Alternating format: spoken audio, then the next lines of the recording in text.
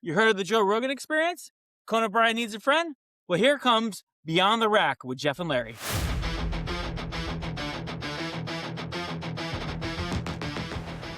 And what we're going to do is we're going to talk about things about the CI, custom install industry, that can relate to the dealers, and we can have conversations about them. And today we're going to talk about automation versus automation. But first, what we're going to do is we're going to talk about how we got into this industry, because no one grows up and it's like, I'm going to be a custom installer. So Jeff, why don't you start us off and tell us how you got into this industry? Nobody rises up saying they're going to be a custom installer, and no one calls it custom installer. So thank you for the hyped up intro, Larry. That was clean. You didn't screw it up. So this is the initiative. We're going to do a podcast at least once a month. It's going to be the Jeff and Larry, or the Larry and Jeff skinny, different topics each month. But we figured, seeing this as being our first podcast ever, it'd be appropriate to do intros and kind of set the stage as to what you guys are going to get every month. So Larry asked me how I got into the industry. So how did I get into the industry? I started in the industry like everyone else did. Most of us did. 12 volts. So we're going to 12 volt car shop, custom shop in the south side of Chicago. It's called Music in Motion. Were you working on Model A Fords back then? Yeah, Model A Fords. Damn right. You know who was driving them? My mom. Your mom. Yeah. So Southside, it was called Music in Motion, and we did a lot of the show cars for Kenwood and Alpine. They do a show called Hot Import Nights. So I was doing that for a while and loved it. Loved working with my hands, working fabricating stuff. It wasn't just installing speakers and remote starts. We gutted cars, did full builds, paintwork, and everything. Great gig. And the owner died, and everything kind of went to shit fast. So a couple of us were figuring out what we were going to do now, but also had a home side that they were doing. So a buddy of ours started a company picking up where that shop left off as far as the home side of things. It's called Trinity Technology, and it grew into a pretty large custom CI company with only very, very few employees. I think there were maybe 6 or 7 of us, but we were doing 30,000 square foot homes and up, and specialized in safe rooms. So the typical client that we would go after, or the business owner at the time would go after, partnered with another company out on the West Coast that provided safe rooms and like full ballistic what they call man traps. So we were, you got some man traps in your house, don't you, Larry? I sure do. So no, they were, we'd bring in, ballistic doors, and there would be a hallway called a man trap. So if someone broke into the house, and these were like billionaires, right? So these were very high profile clients. You could go into the safe room, someone, chased you in there, they'd be locked in this hallway, and there was a chemical agent come out from speaker grills in the ceiling, and like a nerve gas toxin that would immobilize the people, and we called these man traps. True story. Wow. True story. Loved the job. Met some really interesting people. Did that for, I don't know, started as an installer, worked my way up. I was one of the lead project managers, traveling all over the country. Had our build facility in Chicago, where we'd stage all of the jobs. We built racks, so all the TVs, everything would be staged. I mean, we'd do jobs that would have 30, 40, 50 video zones. Every one of those TVs, and they were solely Runco at the time, were staged on these racks, so we could program and drive run everything. So we'd ship the racks, it'd be plug and play.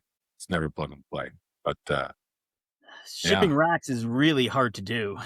I've tried it. It's tough. Yeah, we usually drove them. It would consist of me and 2 other guys in a U-Haul with these racks strapped, either driving up to the East Coast or down to Texas. I went out to California once, but you weren't using any forklifts, right? Because I've seen you use one, and it's not a pretty sight. I can drive a forklift. I bet I do. So yeah, I did that for, 4 or 5 years, and then had a bit of a falling out with the owner and needed to do something else, and went to work for Bang & Olufsen for 5-6 years. Started with tech support and running their tech support team for North America, then moved on to It's my title when I left. Retail technical consultant. So I basically went around to all the company owned B&O stores, installed new displays, made sure everything was up to par, trained their installers. And then funny enough, a coworker of mine at B&O was interviewing for the RTS job for back. It was right after AVC Group. Well, I know you know that way more than I do, right? It's right after the AVC, right before the Cordbrands thing. Anyway, so my coworker turned it down. He's like, "Hey, you'd be a good fit for this job." So interviewed and got the job. Put in my 2 week at B&O, and it's actually funny. The date today is the 11th, and in 2 days will be my 13th year anniversary Wow. here with AVC Group, then Core Brands, then Nortec, and on Ice. So we've been I've working been together working way with too you for long. 13 years. It's a long time, my friend. Yeah, yeah. You remember the my first week of work? The time that you thought you broke your leg because somebody ran into you with a go-kart? That week? Yeah, yeah. Flew Yeah, down to Texas, went home in crutches. Good time. So the real anyway, initiation right there. You yeah, know what's weird? So once you get in this industry, you kind of end up staying in this industry, which seems a little odd. can't get out. Right. Can't get out. You just go to the different facets of it. People will go Exactly. from dealer to manufacturer to rep, back to dealer, And yeah, that's what I've business done. owner. It happens all the time. But enough about me. Let's fly through our intros. I want to hear your intro. Tell everybody what makes Larry tick, how you came All about. right. Well, I mean, it's a story. I don't think I've ever told this story before. It's just like everybody else almost. Now, I didn't do any we go manhole ways or man traps, but what I did do is when I was younger, I don't remember when did Jurassic Park come out? I Yeah, don't know. whenever Probably that was, I was a teenager roughly, and I went to that movie, and I was like, "Wow, this is amazing!" And that kind of set me off for like, I want to do that. I want to like have this video and the sound. I want to kind of replicate that. So I kind of got into audio and video as a teenager, and then as I grew up, I started reading like the magazines about the industry. I can't remember what they were called. G- God, GQ 17. yeah. But yeah, so then once I bought a house, I bought my first big screen TV, which was a Sony rear projection TV. I don't know if you guys remember those, but yeah. You And then I still have bought it? no, no, it died, but I rocked it as long as I could. I bought a receiver. I got into the surround sound thing, um, and all of that. And then I bought my first house, and one of the things I did was like I wanted a single remote because I had like a plethora of remotes. I had a DVD player, a VCR remote. Remember those? The TV remote. I had all these remotes, so I researched it. I bought a universal remote and I programmed it myself so I can have one remote to control the audio video. Thought I was smart, and at that same time in that same house, I built a bar in my basement, oddly called the Spice Rack, which is a story for a different time. And I had a bunch of people over, and one of my friends bought a friend, and he was interested. He's like, "Oh," he's like, "Where did you do this? And how did you set this remote up?" I'm like, "Oh, I did it myself." He's like, "You did this yourself?" He goes, "I do this as a job." I'm like, "You mean people get paid to do this?" Turns out that eventually, after a couple of years, he was hiring. He's like, "Hey, I think you would be a good fit as an installer. You want to come work with me?" He was a sales guy, and sure enough, I did. I didn't know that you can actually do this as a job. And that's when he gave me a controllable light switch and a remote to play with. And then once I hit a button on the remote and the light turned on, I'm like, I'm hooked. I'm hooked for life. So basically, that started me off in the dealer world, and then that dealer, kind of fell apart, and I started eating this other sales guy, started our own business. So we did that for a couple of years, and then after that fizzled out. The whole downturn of 07 and '08, the recession. Um, I kind of teared off from doing my own business, and then kind of found my way at Elan at the time, and then of course ABC Group, Yep. or brands, and the same rigmarole. That's how it all started with me. So how many years? How many years is it, Larry? Okay, so I've been here for 16 years, but all together being an installer, a programmer, owning my own business, I've been in this industry for 25 years. Yeah, and that is definitely one of the more unique things with the group that we work with is the amount of experience everyone has, and it's not everyone doesn't come from the same place. And that's the one Yep. thing that I know we're gonna keep this kind of brand agnostic, but let's be honest. I mean, Elan shaped a lot of our lives back at the time, and The VIA one of the best days. Yeah. shows. I mean, you there's only one person probably still with the company that's been here longer than you, and Yes, it's old man Flum, that's right? 100% correct. Yep. So, um, well, that's it's And, interesting. and there's a lot of stories we can have about just being in the field for so long as we've been in. I can tell you stories for days about falling through ceilings and running the wrong cable to the wrong place and all the impact that that has on a project. No, And for like, sure, and it helps talk to dealers because yeah, it's not somebody we're just going to be reading back an integration now. Can relate because you've been there, we've been through it. Um, and I think relating to the dealer base with trying to help because let's be honest, there's very few dealers that call in and they're just looking to shoot the shit with you, right? We oh don't we yeah, don't catch the dealers at their best. They're usually ready to punch somebody or break something. Um, right. Hopefully but that's what this is about. We can talk about all the struggles and the successes that we have. Um, all that fun stuff. Yeah. And that's, the whole purpose of this is, like right now it's 7:30 at night, right? We worked all day. We didn't want to do this during the day. We wanted to record this kind of when we were relaxing after work. Two guys just shooting the shit about the industry. Uh, the plan we're going to have, special guests, dealers, people from other manufacturers on from time to time based on the different topics that we talk about. But one of the things we wanted to touch on today, and I think it's important, especially because of the way that the industry is going, is there's a big difference between installing a control system and installing an automation system, right? Like Larry, when you were a dealer, what did you call it? Did you pitch it Uh, as a control system, a home control system, yeah, that's exactly what I right? did. Yeah. And everybody does, and that's for the longest time that's been a pet peeve of mine because of the fact that you know installing a control system to me is relatively boring.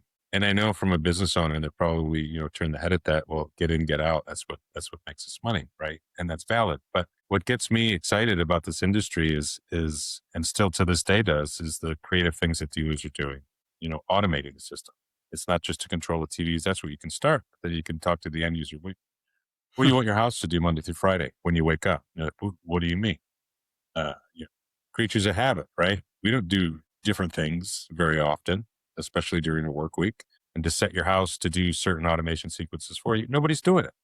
And Nobody's it's doing it. funny because when you start a project, it might just be a hanging a TV or something like that, is setting up a surround sound system. But where a job starts and where it finishes are completely different because it's the conversations you have with the end user, and you get to these trying to solve a problem for them, and the creativeness that the dealer uses and the installer uses to satisfy and exceed the customer's need. That's the cool part. I And back, when I was with that company forever, we were a huge AMX dealer, and I'd see these proposals, and right out of the gate, you'd be at a 7-figure proposal easy. These were 2-year jobs, 2-3 years in the making. But the one thing that really piqued my interest in this was the way that I was compensated based on change orders after the fact, right? So you've got that first scope of work, it's done. I think the majority of the dealers, well, not the majority of the dealers, that's not fair to say. A lot of the dealers, once that original scope is done, they get the sign off onto the next one, right? And they'll right. they'll they'll continue to uh, service that job, but getting in front of the client, 30 days, 6 months, a year after the fact, I made so much money on change orders because that's how I was comped back as a product manager back then, and it was. I'd go back and that's exactly what I would say is I would pitch, real life situations. What do you do every morning? And then they look at you like, well, what are you talking about? What do you do every morning? You get up, you do what? What do you watch? Well, Good Morning America. Okay. What channel is that on? Little things. And you start it and Well, then you're getting the phone calls. It'd be cool if we could do yeah. this. It's a thought process that you're starting with that end. Yeah, and then if you go back to a client a year later, the things that they had you do, they're going to change over time. So maybe he was watching Good Morning America, but now he wants to listen to a podcast every morning or something like that. So the life changes, and then the automations have to change along with it. No, for sure. And even now, I knew we were going to talk about this. Kind of blends into the whole state of the industry. It's even more important now Yes, because your average homeowner is getting younger. The average DIY stuff that you're getting off the shelf is getting smarter. So we've got two things against us now in this industry. You've got a average homeowner that their clientele user is younger, more tech savvy, and the DIYs, the Googles, the I probably shouldn't have said that. The Googles are the A word. They're getting smarter and smarter. They're learning to automate. They're learning to capture routines. They're learning to track your movements and your actions during the week. And they can prompt things for you. So we as manufacturers have to offer some level of that and do it better to justify the price tag that comes along with it. It's either through the product or it's through the service. it's one or the other, sometimes both. And the personal story is, we're talking about automations and having things do things automatically. Simple example is, for my house, when I put in automated shades, they would close every night at a certain time. Well, lo and behold, I get a puppy, which I never had before. He grows up and he could jump on the windows. And when I'm not home, he would do that. And the problem is when you have automated shades, you don't want him to rip those roller shades. So I had to come up and change the automation so that when I wasn't home, the shades would actually raise, and they still do this, about a foot, so he could jump up on the window and not ruin the shade. So that's an example of an automation that I had to do just to protect my investment on the shades, right? Yeah. I'll still get to him though. He's I, been good. He's sleeping right behind me right now, but yeah. uh, So the control versus automation, and that's blending. I'm going to go back to what we know well. Um, in ELAN, it's always something that we've kind of struggled to find the sweet spot of how much do we give the end user, how much do we keep at the dealer. And I think a lot of manufacturers do that dabble with the idea of giving the homeowner, the end user, a certain level of control over their own system, uh, without doing one of two things: giving them way too much where they can't understand it, or again, giving them way too much and it's going to be a constant service call to the end user, to the dealer, right. which, I've had a client we've all had clients like that. So it's a fine line. It's a fine line to dance there. Yeah, but end users are getting smarter and they're getting more tech savvy. So you have to offer something. And, that's where, for us, that's where routines came into. And that I think that helps balance that out. But because, the end user will want to do something without always having to call a dealer in some cases. For sure. And you're not just on the end user side, but the dealer side, the ease of them using routines as well. I know that was kind of targeted to geared more towards the end user, but I see the dealer base using that as well. Yeah, Uh, I do too. So speaking of automations, are there any that you like a lot that you couldn't go back to not having the ability to do? Like, what are some of your favorites? it's actually pretty lame, but I've probably had the same boring ass playlist that plays in my office every Dude, morning, Monday dude, through Friday. I have the same playlist that I've been listening to, I think, for 10 years straight. The same 100 Yeah. songs. I mean, audio. I do a lot of stuff with audio. Uh, so does my son. So does my wife. But I used to always have to hard code those. So in the morning, Monday through Friday, uh, I get up in the morning, get the kid off to school. 6:30, the lights in the hallway down here go on. Lights in the office go on. Sets the temperature on the downstairs, especially in the winter. Turns the heat on before. Standard things that, and it does my playlist. So I'm ready to go Monday through Friday. I've got a button to press if I'm out of town. It doesn't do anything other than defeat those macros, that event map, right? Because I'm not here home working. With surveillance, with the way that surveillance is going, and I really don't care what manufacturer you're using or what control system, automation system. Um, I'm seeing surveillance play a much bigger part in automation sequences as far as triggers using analytics. For I use sure. that a lot. The person vehicle in the driveways. You used to have to install driveway sensors, I right? did install a driveway sensor. You'd have the old school I reflective did. driveway sensors where you get a call from the fucking client all the time because something got knocked out of whack. It's not working. Yeah. Or Um, a deer trips it off at like 3 in the morning. That has yeah, happened to me. and now we're leveraging analytics and video streams Right. to trigger specific events. Um, I guess talking to people out of the industry once they figure out what we do, it's always like, oh, I bet your house you've got all the electronics and da da da, and we're actually pretty lame, right? I mean, we have all the toys installed, but we're used to it. We don't, you know what I mean? Like Right. to somebody from the outside looking in, they're like, dude, that's awesome. We're like, wow, yeah, careful, careful what you wish for. It is awesome, but it's not, and we're used to it. Yeah, and it's the small things for me that gravitate towards me, and I think that would go towards the end user too. I mean, you don't have to do big things, but one of the ones that I like a lot is this room right here. It's the basement, and it's always dark, right? So whenever I come in the basement, I want to turn the lights on. But instead of having to just press the button, which is right there, I put a security trigger on the door. So every time the door opens, the lights turn on. It saves me one button. It saves me from moving my finger 6 inches. But that alone, like, I don't think I can live without that. Like, I love when I open the door and the lights turn on. It's just little, it's a tiny, tiny thing. But that itself, I can't go without. It's just those little things, right? And it's I think, also things like that you can't put a price tag on. It right, sounds really exactly. stupid. Right. But I think if people did that, even just a small thing for the client, that one little thing, don't even think about it, that will sell them on a huge amount of work later on. Yeah, it will. And just even setting up, it's the same way we kind of pitch voice, right? Set up a couple basic things for the end user, show them how to do it, whether it be, macros or automation. And it's a thought process. It's going to get the end user thinking. Right. They can see What else something can as they do? simple as when they walk down the stairs, the light turns on automatically. They may be upstairs doing something and be like, you know what? I wonder if I can just have this happen automatically.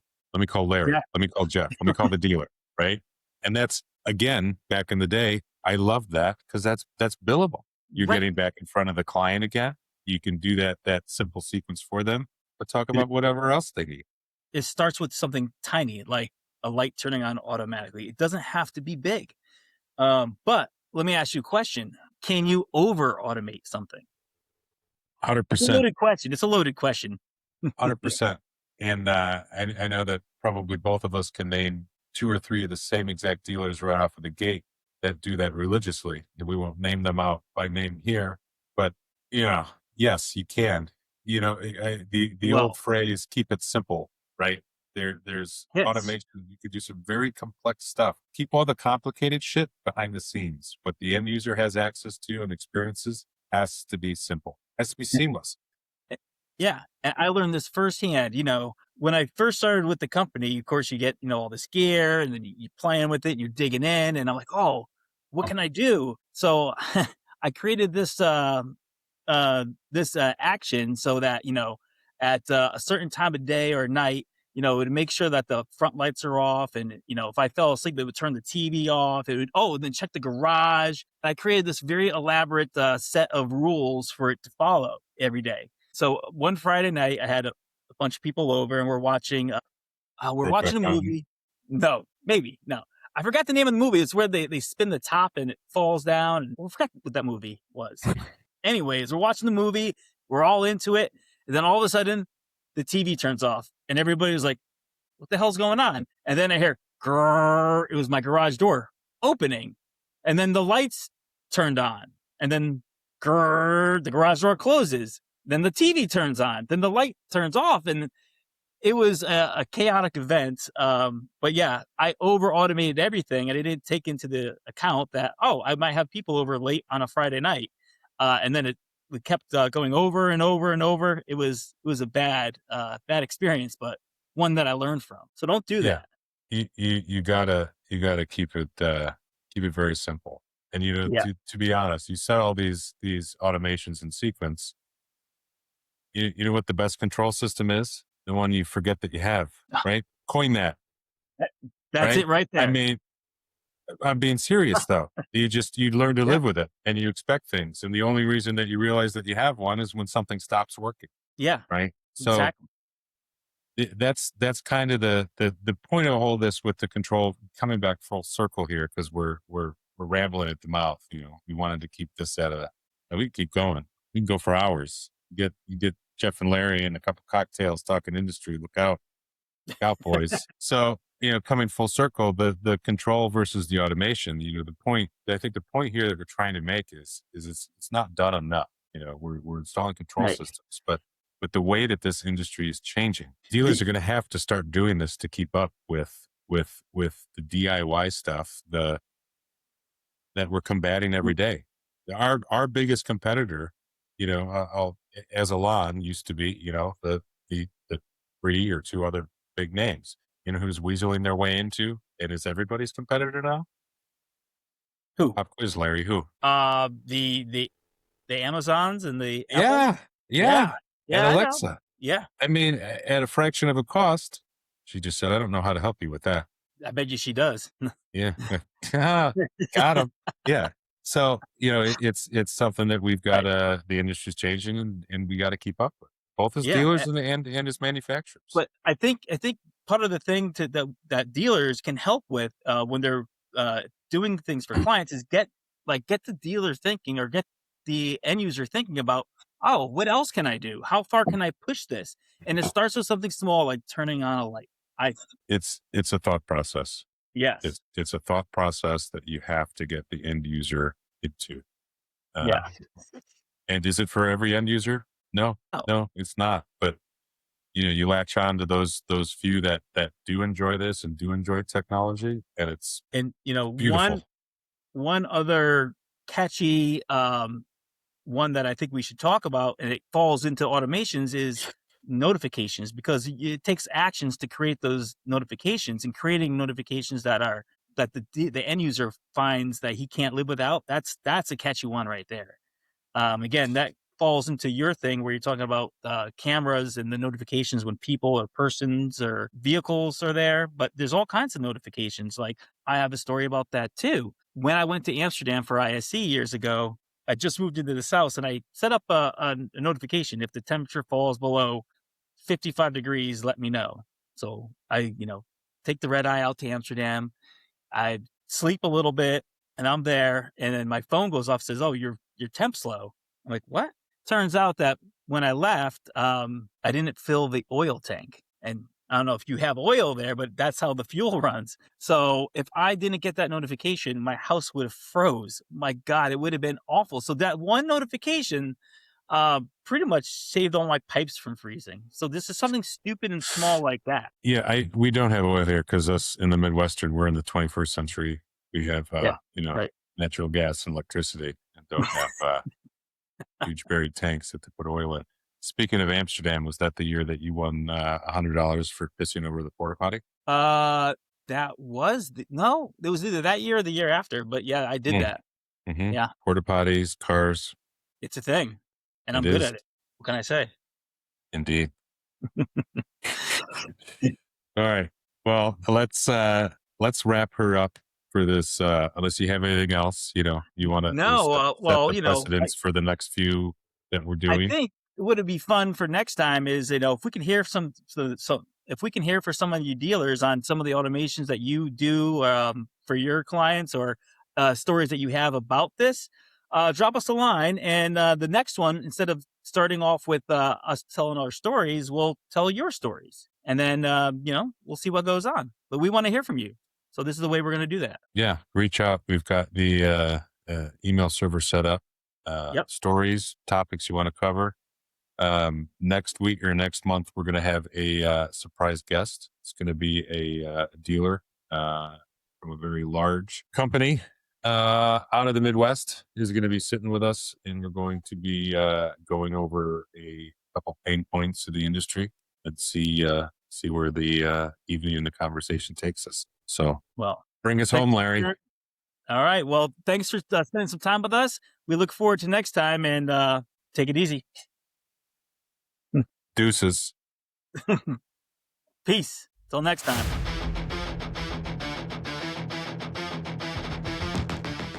Well, now here comes Behind the Rack with Jeff and Larry, talking about the CI industry.